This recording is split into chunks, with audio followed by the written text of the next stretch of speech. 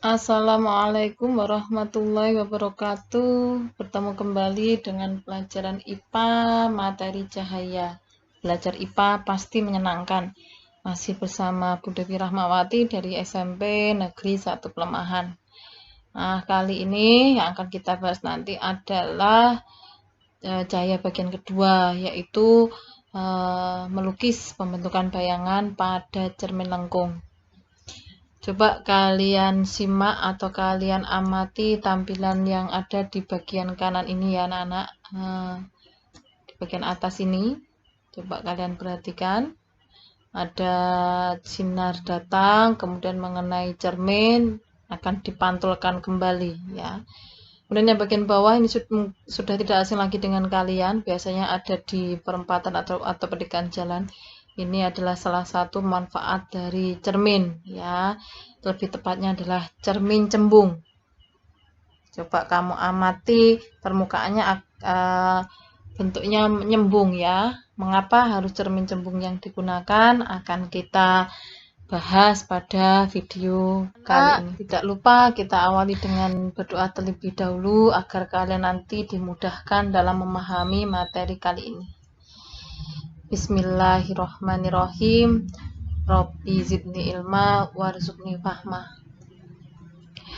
Untuk kompetensi dasar masih sama seperti video bagian pertama, cahaya bagian pertama ya, yaitu menganalisis sifat-sifat cahaya, pembentukan bayangan pada bidang datar dan lengkung, serta penerapannya.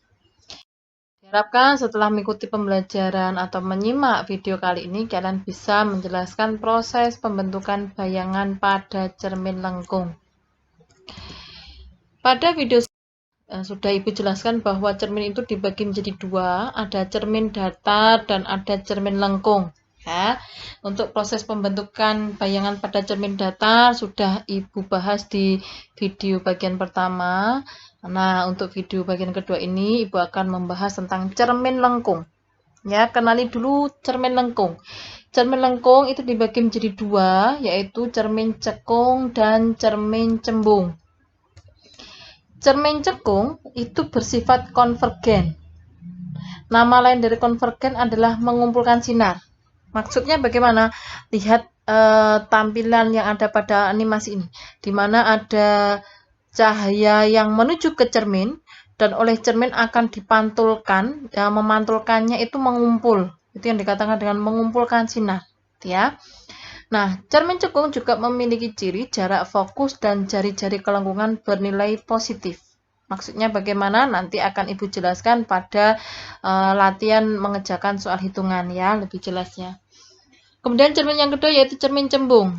Cermin cembung itu sifatnya adalah divergen. Nama lainnya yaitu menyebarkan sinar. Amati tampilan pada animasi ini. Di mana ada sinar atau cahaya yang datang ke cermin, maka oleh cermin akan dipantulkan dan pemantulannya itu menyebar ya. Bedakan dengan pantulan yang ada pada cermin cekung ya. Kalau cermin cekung adalah mengumpulkan sinar, kalau cermin cembung menyebarkan sinar. Ciri berikutnya adalah jarak fokus dan jari-jari kelengkungan pada cermin cembung itu adalah bernilai negatif ya. Nanti kita bahas pada latihan soal.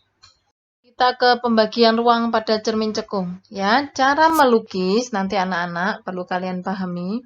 Untuk melukis cermin cekung nanti silakan lukis garis tidur ini ya. Kemudian gunakan busur untuk membuat lengkungan cerminnya ini ya, pakai busur ya anak-anak. Kemudian ukur jarak antara sini ya, sini dengan ini kalian ukur. Terserah, misalkan 1 cm boleh, 2 cm juga boleh, 3 cm boleh, terserah ya. Dengan catatan, jika di sini nanti kalian ukur 2 cm, maka buat lagi jarak antara F dan R ini juga 2 cm. Maksudnya begini, misalkan di sini adalah O ya anak-anak. Nanti jarak antara O ke F itu sama dengan jarak dari F ke R. Jadi kalau dari O ke F 2 cm, maka F ke R juga 2 cm. Ya, tapi tidak harus 2 cm. Kamu bisa menggunakan 3 cm, 4 cm, terserah. Ya, intinya antara OF harus sama dengan FR. Sedangkan untuk pembagian ruang, nanti antara titik O sampai F itu disebut dengan ruang 1. Antara F dan E disebut ruang 2. R ke kiri itu adalah ruang 3. Sedangkan belakang cermin itu adalah ruang 4. Ya, ini adalah belakang cermin ya. Cermin cekung itu ibarat sendok, itu adalah bagian atas. Jadi yang bagian bening itu ada di bagian sebelah sini. Ini bening. Tapi yang di bagian belakang cermin ini adalah bagian yang buram. Nah, untuk melukis bayangan pada cermin, baik cermin cekung atau cermin cembung, kalian harus mengenali dulu sinar istimewa yang dimiliki. Untuk cermin cekung, sinar istimewa yang dimiliki ada 3. Yang pertama adalah sinar datang sejajar sumbu utama itu akan dipantulkan melalui titik fokus. Mana itu sumbu utama? Sumbu utama itu adalah garis tidur ini adalah sumbu utama. Sedangkan F ini adalah titik fokus. Sedangkan R ini adalah jari-jari kelengkungan. Sekali lagi, sumbu utama itu adalah garis tidur ini, F adalah titik fokus, R adalah jari-jari kelengkungan. Jadi kalau dilukiskan dari perkataan atau tulisan sinar istimewa yang pertama ini, ada sinar datang, jadi ada sinar yang menuju ke cermin, ya, panahnya menuju ke cermin ini artinya adalah sinar datang, maka akan dipantulkan melalui titik fokusnya, dipantulkan, berarti harus mengenai fokus. Panahnya meninggalkan cermin, itu yang disebut dengan sinar pantul. Nah, ini adalah sinar istimewa yang kedua. Kita lanjut. Sinar istimewa yang kedua yaitu sinar datang melalui titik fokus akan dipantulkan sejajar sumbu utama. Ya, jadi seperti tadi gambar dulu garis tidur, kemudian ukur jarak antara O sampai F harus sama dengan jarak antara F sampai R, ya. Kemudian untuk cermin cekungnya gunakan busur. Sekali lagi gunakan busur agar nanti melukis proses pembentukan bayangannya bisa tepat. Nah, sinar istimewa yang kedua jika dilukiskan itu ada jika sinar datang melalui fokus ya anak-anak, melalui F mengenai cermin akan dipantulkan sejajar sumbu utama. Ya, mirip dengan sinar istimewa yang pertama tadi. Kalau sinar istimewa yang tadi gambarnya kan lurus, miring. Itu yang pertama. Yang kedua, miring, lurus, ya. Bedanya di situ. Yang ketiga, sinar datang melalui jari-jari kelengkungan akan dipantulkan kembali. Jadi melalui R ini menuju ke cermin. Ini ya, panahnya menuju ke cermin akan dipantulkan kembali. Nih.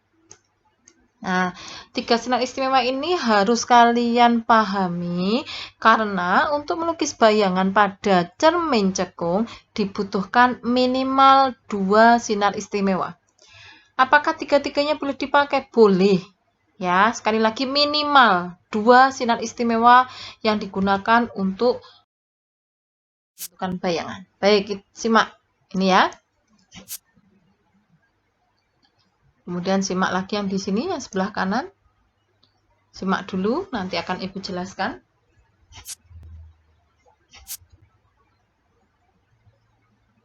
Baik, ya. Nah, ketika untuk melukis proses pembentukan bayangan untuk benda di ruang 1, ya, nanti lukis terlebih dahulu garis tidurnya. Kemudian buat cerminnya menggunakan busur. Ukur jarak antara OF, ini ya, ini O-nya di sini, harus sama dengan FR. Kemudian langkah selanjutnya lukis bendanya. Bendanya berupa tanda panah ini. Bendanya di ruang 1. Sekali lagi ruang 1 itu antara O sampai F, ya, lukis. Kalau sudah, gunakan sinar istimewa yang pertama. Ingat, sinar istimewa yang pertama adalah lurus miring. Hati-hati untuk sinar datang harus mengenai ujung benda. Maka lurusnya ini tidak sembarangan, harus mengenai ujung panah, ya, karena bendanya berupa panah, maka garis lurusnya harus mengenai ujung panah. Dan mengenai cermin, oleh cermin akan dipantulkan melalui fokus. Ya, gunakan pulpen atau spidol warna ya anak-anak, biar nanti mudah untuk membedakan. Kemudian gunakan sinar istimewa yang kedua, miring lurus. Miring lewat F, sinar datang harus mengenai ujung benda, ini ya ujung panah, mengenai cermin. oleh cermin akan dipantulkan lurus. Nah, karena sinar pantul yang pertama ini ya, dengan sinar pantul yang kedua tidak bertemu atau tidak berpotongan, maka kita panjangkan ke belakang cermin. Ya, ini perpanjangan sinar pantul yang pertama dengan sinar pantul yang kedua akan berpotongan. Nah, potongannya di sini. Nah, berarti ini adalah bayangannya. Ya, ini bayangannya. Sekarang kita lihat sifat bayangannya. Kalau terletak di belakang cermin, maka sifatnya adalah maya. Kemudian, sifat berikutnya, lihat ujung panahnya tetap mengarah ke atas. Berarti artinya adalah tegak. Kemudian ukuran bayangan, perhatikan. Ukurannya ini lebih besar dibanding ukuran benda. Berarti sifat berikutnya adalah diperbesar. Sekali lagi, untuk benda di ruang 1, sifat bayangan yang dihasilkan adalah maya, tegak, diperbesar. Dan bayangan terbentuk di belakang cermin, atau bayangan terbentuk di ruang 4. Untuk lukisan yang kedua, benda tepat di titik fokus ya. Sama seperti tadi, lukis dulu garis tidur, kemudian lukis cerminnya menggunakan busur. Ukur jarak antara OF harus sama dengan FR. Kemudian lukis bendanya pas di titik F ya. Gunakan sinar istimewa yang pertama, lurus miring. Sinar datang harus kena ujung benda. Kena cermin. Oke. Oleh cermin dipantulkan miring melalui fokus. Ya, ini yang pertama. Sinar istimewa yang ketiga di sini Ibu pakai, yaitu miring melalui R, dikembalikan lagi. Nah, hati-hati untuk sinar datang, miringnya ini harus kena ujung benda dan kena cermin ya. Kemudian dipantulkan lagi. Nah, antara sinar pantul yang pertama dan kedua ini di tampilan tidak berpotongan ya, karena bayangan yang terjadi itu jauh tak terhingga. Untuk benda di ruang 2, amati dulu animasinya.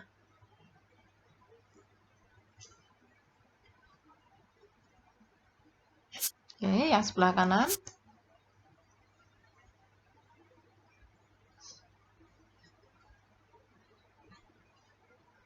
Baik, Ibu jelaskan untuk benda di ruang 2, cara melukisnya sama, garis tidur, lukis cermin menggunakan busur, ukur jarak OF harus sama dengan FR ya. Kemudian lukis bendanya harus di ruang 2. Di ruang 2 itu letaknya antara F sampai R, ini ruang 2 ya. Jadi kalian menggambar di sebelah sini boleh, sebelah sini boleh ya. Pokoknya antara F sampai R. Kalau sudah, gunakan sinar istimewa yang pertama, lurus miring. Hati-hati untuk lurusnya. Lurusnya harus kena ujung benda atau ujung panah. Lurus mengenai ujung panah dan cermin. Oleh cermin dipantulkan melalui fokus. Jadi lurus miringnya tidak sembarangan ya anak-anak. Lurusnya harus kena ujung benda, miringnya harus kena fokus. Kemudian gunakan sinar istimewa yang kedua, miring lurus. Yang ini miringnya harus kena ujung benda, karena yang miring adalah sinar datang. Dan harus kena fokus. Oleh cermin dipantulkan lurus. Nah, sinar pantul yang pertama dengan sinar pantul yang kedua berpotongan. Berarti inilah terbentuknya bayangan. Sekarang lihat, bayangannya terbentuk di depan cermin. Berarti sifatnya adalah nyata. Kemudian perhatikan arah panahnya mengarah ke bawah. Berarti terbalik. Dan ukurannya bandingkan dengan ukuran benda, ternyata lebih besar bayangannya, berarti diperbesar. Artinya, sifat bayangan untuk benda di ruang 2 yaitu adalah nyata, terbalik, diperbesar. Dan bayangan terbentuk di ruang 3. Kok bisa 3? Kita hitung. Antara O sampai F itu ruang 1, F sampai R itu ruang 2, R ke kiri ruang 3. Nah, ini kan bayangannya terletak di sebelah kiri R. Berarti bayangan di ruang 3. Berikutnya, untuk benda tepat di titik R atau di jari-jari kelengkungan ya. Lukis garis lurus, lukis cermin cekung, ukur jarak O sampai F harus sama dengan jarak F sampai R. Kemudian gambar benda pas di titik R. Ini ya, ini bendanya. Gunakan sinar istimewa yang ke-1 dan kedua. Apakah harus selalu 1 dan 2? Tidak selalu ya, minimal 2. Sekali lagi minimal 2 sinar istimewa ya. Sinar istimewa pertama, gunakan lurus miring. Hati-hati lurus harus kena ujung benda dan harus kena cermin. Kemudian dipantulkan oleh cermin miring. Miringnya harus kena fokus. Nih ya, oke. Kemudian sinar istimewa yang kedua, miring lurus. Miringnya harus kena ujung benda dan harus kena fokus, kena cermin. Kemudian dipantulkan lurus. Berpotongan dengan sinar pantul yang pertama. Nah, perpotongannya ini adalah bayangan yang terbentuk. Sekarang lihat, bayangannya terbentuk di depan cermin, berarti nyata. Arah panahnya mengarah ke bawah, berarti terbalik. Ukuran benda sama dengan ukuran bayangan, berarti sifat bayangnya adalah sama besar. Dan bayangan yang terjadi letaknya tepat di jari-jari kelengkungan. Sekarang kita ke benda di ruang 3. Amati dulu tampilan animasinya.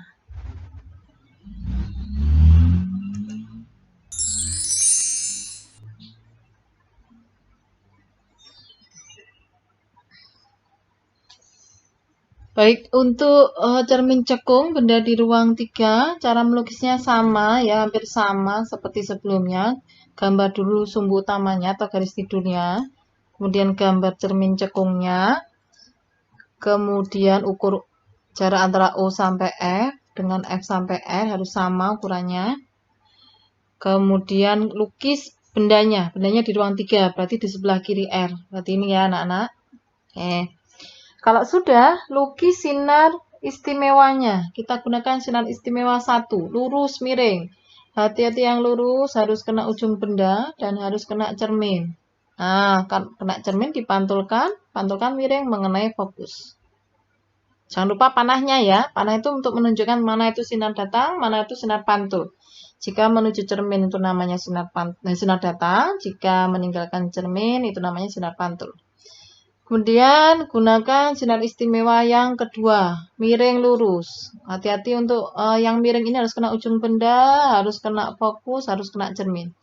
Kemudian oleh cermin dipantulkan lurus, ya, perpotongan. Perpotongannya inilah terjadinya bayangan, ya. Berarti ini bayangannya.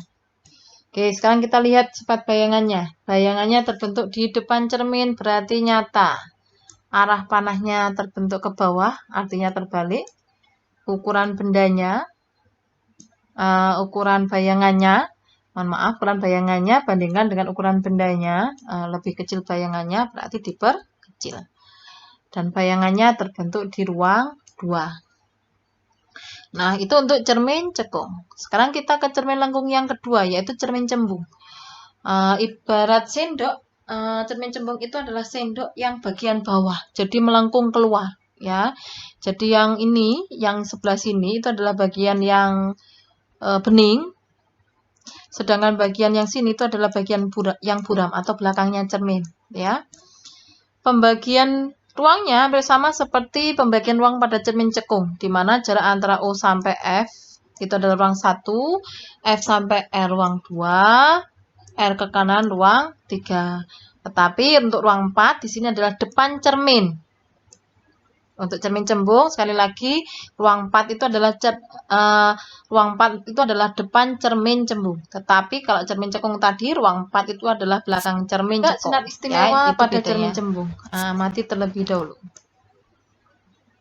Ya, sinar istimewa pada cermin cembung sama seperti cermin cekung juga memiliki 3. Kata-katanya pun hampir mirip. Cuma biasanya pada cermin cembung itu diberi kata seolah-olah. Ya, seperti ini. Nomor 1. Sinar datang sejajar sumbu utama akan dipantulkan seolah-olah dari titik fokus. Ya, jadi kita melukisnya dari sini, anak-anak, karena bagian yang sebelah sini adalah bagian yang bening ya. Kalau kalian bercermin itu kan pasti di depan cermin atau bagian cermin datar yang bening ya. Nah, maka sinar datang itu pasti letaknya itu di depan cermin atau di bagian depan yang bening. Ini sinar datang sejajar sumbu utama, berarti sinar datangnya lurus, itu akan dipantulkan seolah-olah. Jadi ini seolah-olah ya, tandanya garis putus ini seolah-olah dari titik fokus dipantulkan ke sana. menjauh dari cermin. Kemudian sinar istimewa yang kedua, sinar datang menuju titik fokus akan dipantulkan sejajar sumbu utama. Ya, ini sinar datangnya miring menuju titik fokus akan dipantulkan lurus sejajar sumbu utama. Jadi hampir mirip dengan cermin cekung tadi. Ya, cermin cekung yang pertama tadi kan lurus miring. Yang pertama tadi miring lurus miring. Sama kan ini lurus miring. Yang kedua miring lurus, ini juga sama. Cuma bedanya kalau tadi yang bagian cermin cekung yang bagian bening itu adalah bagian ini, sini ya anak-anak, yang ini yang bening. Tapi kalau cermin cembung, bagian yang bening itu yang sini. Kita ke sinar istimewa yang ketiga, mati dulu tampilannya.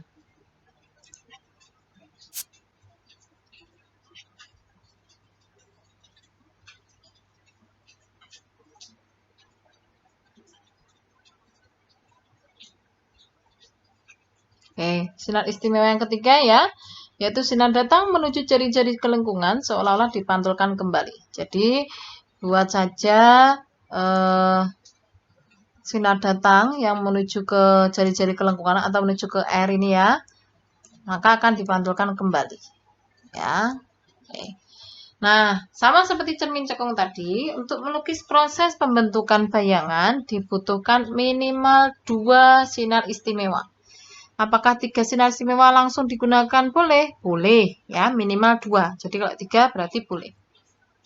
Nah, karena bagian depan cermin itu adalah ruang 4, hanya ruang 4, maka untuk proses pembentukan bayangan pada cermin cembung itu melukisnya hanya 1, karena bendanya hanya satu-satunya berada di ruang 4, ya. Seperti cermin cekung tadi, untuk melukis proses pembentukan bayangan, maka yang sekalian lakukan, lukis dulu sumbu utamanya, kemudian lukis cermin cembungnya menggunakan busur, ukur jarak antara OF harus sama dengan FR. Kalau sudah, lukis bendanya, ini ya, ini bendanya. Gunakan sinar istimewa yang pertama, lurus miring, lurusnya harus kena ujung benda dan harus kena cermin. Kemudian seolah-olah dari fokus, ini akan dipantulkan miring. Gunakan penggaris ya anak-anak. Oke. Ya tepat nanti bayangan yang terbentuk. Kemudian sinar istimewa yang kedua, miring lurus. Miringnya harus kena ujung benda, harus kena cermin, dan harus menuju ke fokus ya. Harus tepat. Harus menuju fokus. Kemudian oleh cermin ini akan dipantulkan kembali, dipantulkan sejajar sumbu utama. Sinar pantul yang pertama dengan sinar pantul yang kedua tidak berpotongan, maka perpanjang ke belakang cermin. Nih ya, ini perpanjangan sinar pantul yang pertama, ini perpanjangan sinar pantul yang kedua, berpotongan di sini. Berarti inilah bayangannya. Karena bayangan terbentuk di belakang cermin, berarti sifatnya maya. Arah bayangannya ke atas berarti tegak, ukuran bayangannya semakin kecil dibanding benda berarti diperkecil. Dan bayangan terbentuk di ruang 1. Kesimpulan baik untuk cermin cekung maupun cermin cembung, yaitu ruang benda ditambahkan ruang bayangan itu menghasilkan angka 5. Ya. Kemudian untuk menentukan sifat bayangan nyata atau maya, nyata itu jika terbentuk di depan cermin, kalau maya itu terbentuk di belakang cermin. Nah, untuk menentukan sifat bayangan tegak atau terbalik, tegak itu jika ruang benda atau bayangannya itu di 1 atau 4. Sedangkan sifat bayangan terbalik jika ruang benda itu di ruang 2 atau ruang 3. Untuk menentukan diperbesar atau diperkecil, diperbesar itu jika ruang bayangan lebih besar dibanding ruang benda.